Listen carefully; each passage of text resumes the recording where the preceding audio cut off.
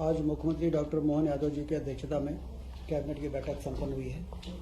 उसमें जैसा कि हम सब जानते हैं कि चीता के मामले में जो लंबे समय से संघर्ष चल रहा था, कूनो अभ्यारण्य में बहुत ही सफल तरीके से चीतों को लाया गया और उनका वंश वृद्धि भी बहुत सफलतापूर्वक सफल रही है।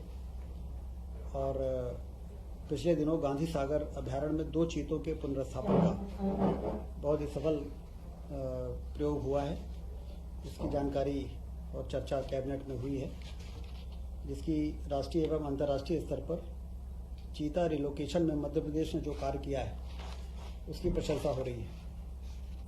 ग्वालियर में देश का पहला टेलीकॉम मैन्युफैक्चरिंग जोन बन सके, इसके लिए राज्य शासन ने अपनी सहमति भारत सरकार को भेज दी है और ऐसी उम्मीद है कि भारत सरकार की स्वीकृति के बाद 12,000 करोड़ के निवेश की संभावना तथा इससे 5,000 रोजगार के अवसर सृजित होंगे।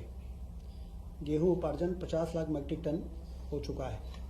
इसमें जो हमारा समर्थन मूल्य है 2425, उसके बाद जो 175 रुपये बोनस का जोड़ा गया, 2600 रुपये में किसानों ने बहुत बढ़ चढ़ के और बड़ी प्रसन्नता के साथ अपनी उपज को खरीदी केंद्रों में पहुंचाया है।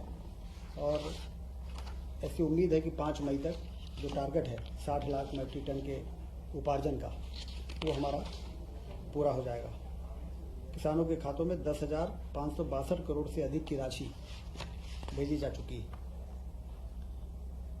ग्रीष्मकाल में पेयजल व्यवस्था की सतत समीक्षा की जाए, इसका निर्देश माननीय मुख्यमंत्री जी ने सभी प्रभारी मंत्रियों को दिया है कि अपने अपने प्रभार जिलों में दौरे के समय पेयजल की समीक्षा जरूर करें।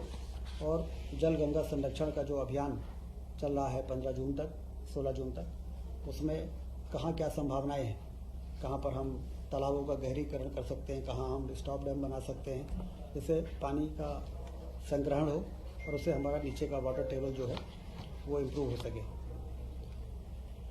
27 अप्रैल को इंदौर में MP टेक कॉन्क्लेव इंदौर में आयोजित होने जा रही है, ब्रिलियंट कन्वेंशन सेंटर में, जिसमें 500 से अधिक टेक्नोलॉजी कंपनी की सहभागिता होगी। IT के सेक्टर में ग्लोबल इन्वेस्टर समिट के बाद IT सेक्टर में काम करने वाली जो कंपनीज हैं वो किस तरह से मध्य प्रदेश में अपना निवेश ज़्यादा से ज़्यादा बढ़ाएं, उस दृष्टि से यह जो कॉन्क्लेव होगा ये बहुत ही मील का पत्थर साबित होगा।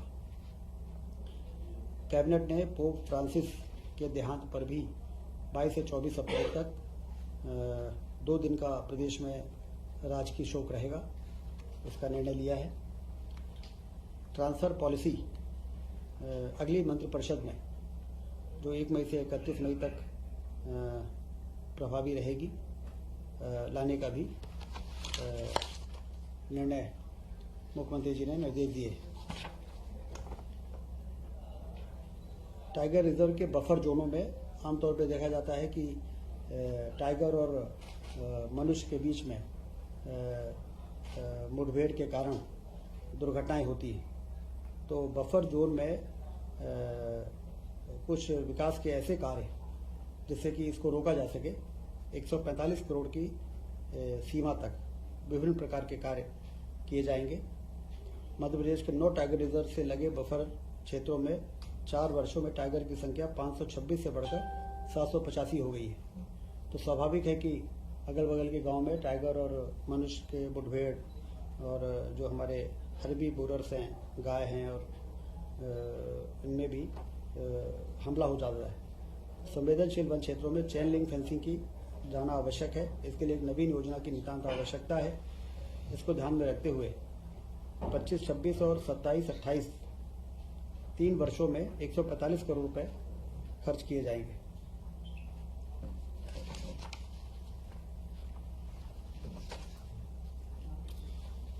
मुख्यमंत्री कन्या विवाह निकाय योजना, जो कि बहुत ही लोकप्रिय योजना है, जिसमें 49,000 रुपये डायरेक्ट बेनिफिट ट्रांसफ़र और 6,000 रुपये आयोजन में खर्च होते हैं। इसमें अभी 15 मई तक जो भी पंजीयन पूरे प्रदेश में हुए हैं सामूहिक विवाह के लिए, वो तो उसी प्रकार से यथावत आयोजन होंगे। और भविष्य में अब इसमें कुछ संशोधन करते हुए ये निर्णय लिया है कि कम से कम 11 और अधिकतम 200 जोड़ों का ही एक स्थान पर विवाह होगा, जिससे कि व्यवस्था ज़्यादा बेहतर हो सके और ज़्यादा ठीक प्रकार से जो वर और वधू के परिवार और परिजन इकट्ठे होके जैसा एक व्यवस्थित तरीके से उनके विवाह के आयोजन हो। संख्या बढ़ सकती है, किसी जिले में जितने विकास खंड हैं हर विकास खंडों में अलग अलग उसको डिस्ट्रीब्यूट करने का फैसला हुआ है। एक ही जगह 1000-2000 जो शादियां होती हैं उसमें एक मेला जैसा हो जाता है और लोग शादी का उतना आनंद नहीं ले पाते हैं। तो उस दृष्टि से मैक्सिमम 200 और न्यूनतम 11 जोड़े भी यदि हैं तो भी सामूहिक विवाह के लिए वो एलिजिबल हो जाएंगे और उनको जो राहत राशि, सहायता राशि 49,000 रुपये वो उनको प्राप्त हो सकेगी। इस प्रकार से आज ये कैबिनेट की बैठक में इन सभी महत्वपूर्ण विषयों पर चर्चा हुई है।